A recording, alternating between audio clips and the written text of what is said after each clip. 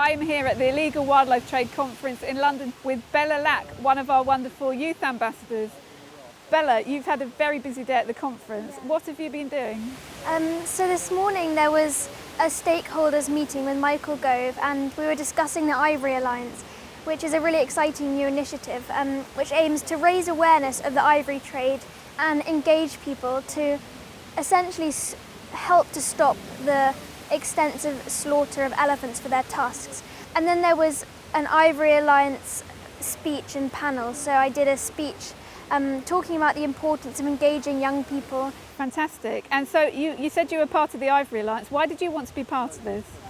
Well, there are two reasons really. And the first reason is the elephants themselves and the other animals affected by the ivory trade, because as you know, it's such a cruel method and the herd is so reliant on every member. So by removing one of the members, not only are you destroying the life of that creature, but you're also destroying the structure of the herd, and you're removing the knowledge that is so essential for their survival.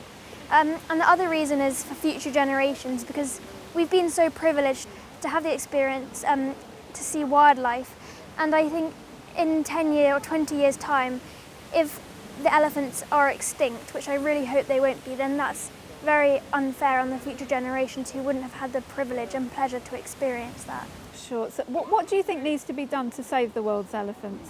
So one of the main things is raising awareness and educating everyone, because the demand is essentially what's causing it, and that's the primary reason for this extensive slaughter. So I think by stopping the demand, or at least reducing it significantly, that will have a great impact and really help to protect the elephants and the other animals like hippos, who are also affected by the ivory trade.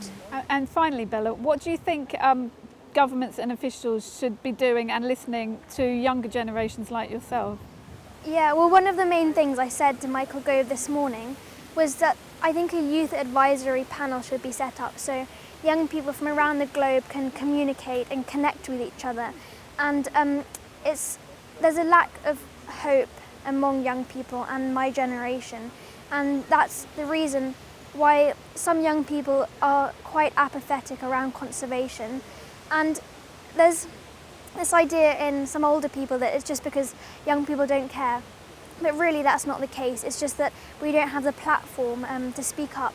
And I think by fostering that role of active stakeholder or decision maker, then young people will really be forced to take responsibility, and that's really important in the future of conservation and current conservation now.